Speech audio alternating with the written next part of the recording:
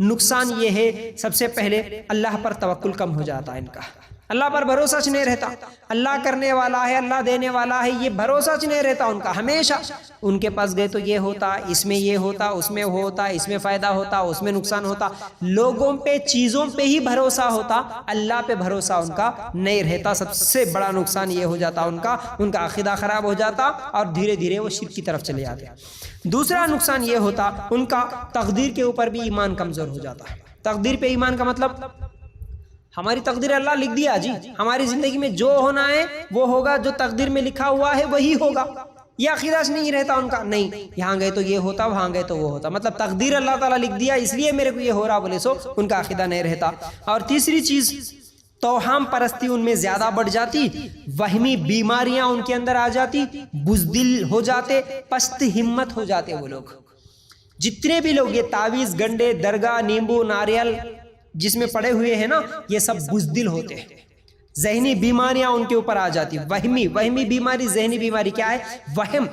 ہر چیز میں یہ کھائے تو کیا ہوتا کی، اس میں کیا ملا کے دیے کی نو، اس میں کیا پھونک کے دیے کی۔ اپنے رشتہ داروں کو لے کر بھی ڈرتے رہتے، اپنے بھائی اپنی بہنوں کو لے کر بھی ڈرتے رہتے، دیورانی، نانند، جٹھانی جو ہوتے ان کے دعوتوں میں جاتے ہوئے بھی ڈر لگتا، ان کے گھر میں گئے تو ڈر لگتا، کیوں؟ انہوں کچھ بھی لا کے پانی بھی دیے تو وہ لوگ نہیں پیتے، اگر پیتے بھی ہے تو کچھ پڑھ لے کے ڈرتے ڈرتے پی لیتے، پھر جا کے پیر صاحب کے پاس، پیر صاحب ہم فلاں دعوت میں گئے تھے، مجبوراً جانا پڑا، لیکن کچھ تو بھی ملا کے دیے ہوں گے، کچھ تو بھی علاج بتاؤ، ہمیشہ ڈرتے رہتے۔ گھر کے سامنے اگر کوئی اتفاق سے نیمبو پھینک دیا تو پھر ان کا وہ دن، ان کی نیند حرام ہو جاتی، نیمبو کو دیکھ کے ڈرتے، ناریلوں کو دیکھ کے ڈرتے، انڈوں کو دیکھ کے ڈرتے، ہر چیز کو ڈر ڈر ڈر ڈر ڈر، ہر چیز میں ڈر، کچھ بھی ہوا تو گھر میں ڈر، اور ہمیشہ یہ پیروں کو پکڑ لے کے، ایسے لوگ مریدوں کو پکڑ لے کے ڈرتے ہوئے زندگی گزارتے، اور ذہنی بیمار بھی ہو جاتے وہ لوگ، ان کے اندر ہمت ہی نہیں رہتی۔ تو یہ درگاہ پرست بھی جتنے ہوتے، تعویذ لٹکانے والے، وہ بھی اسی عقیدے میں رہتے۔ اگر ان کو بول دیں گے نا، اب کئی لوگ ایسا ڈرا کے بھی چلے آتے، خالص ٹھیک ہے میں بولے ایسا نہیں سن رہے، یہ چیز نہیں دے رہے، ایسا نہیں کر رہے نا، دیکھ لیتا ہوں اب تمہارے کو جو کرنا ہے وہ کرا دے تمہیں بول کے، خالی کرا دے تم بولے تو ڈر جاتے، ہاں انہوں میرے اوپر کیا کی کرا دیتے بول کے بولے، اب جادو کرا دیتے ہوں گے، جادو سے جتنا ڈرتے اتنا اللہ سے نہیں ڈرتے یہ لوگ۔ تو یہ ڈر ڈر کی زندگی گزارتے ہیں یہ لوگ، یہ بدشگنی رکھنے والوں کا نقصان ہے۔ پھر اسی طرح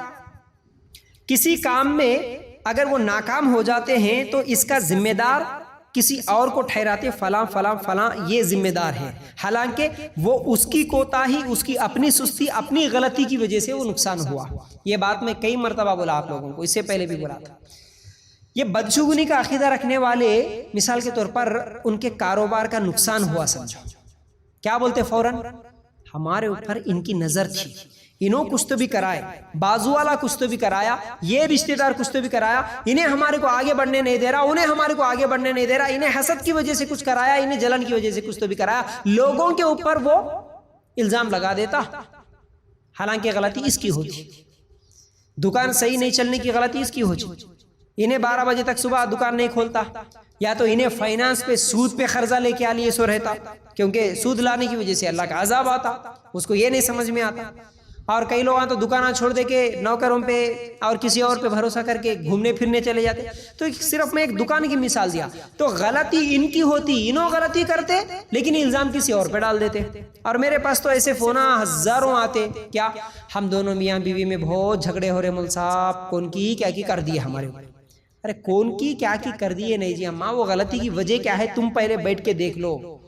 حالانکہ بولتے نہیں مول صاحب یہ غلطی میرے سے ہو رہی، کیا میرے کو غصہ ہوتا تھا، میرے کو غصہ آتا میں گالیاں دیتی، میرے کو غصہ آئے تو میرے کنٹرول نہیں ہوتا، اور ہمارے شوہر میرے غصے کو لے کے میرے کو گالیاں دیتے۔ اب غصہ آتا یہ بھی معلوم ہے، زبان درازی کرتی یہ بھی معلوم ہے، اس کے اوپر شوہر کو غصہ آ کے انہیں زیادہ گالیاں دیتا یا نہیں تو مارتا یہ بھی معلوم ہے، لیکن پھر بھی عقیدہ یہ ہے کہ لوگوں کچھ تو بھی کرا دیے اس لیے ہم دونوں میاں بیوی میں جھگڑا ہو رہا۔ ہمارا جھگڑا کیسا ختم؟ جھگڑے کی وجہ تم لوگ ہیں، تمہاری زبان کنٹرول پہ نہیں ہے، تمہاری زبان کنٹرول پہ نہیں ہے، تمہارے اندر صبر نہیں ہے، تمہارے اندر گھر چلانے کا طریقہ نہیں ہے، یہ سب چیزیں چھوڑ لے کے کون کی کرائے اس وجہ سے ہمارے گھر میں جھگڑے ہو رہے۔ یہ ہے جو بدشگنی رکھنے والے ہیں ان لوگوں کا یہ عقیدہ، یہ نقصان ان کا ہو جاتا، ٹھیک ہے۔ پھر اسی طرح اب کون کی کرائے کی بول کے کتنے بھی بابا ان کے سامنے چلے جاؤ ان کا کچھ فائدہ نہیں ہوتا، ان کا جھگڑا بھی ختم نہیں ہو جاتا اور ان کا مسئلہ بھی ختم نہیں ہوتا۔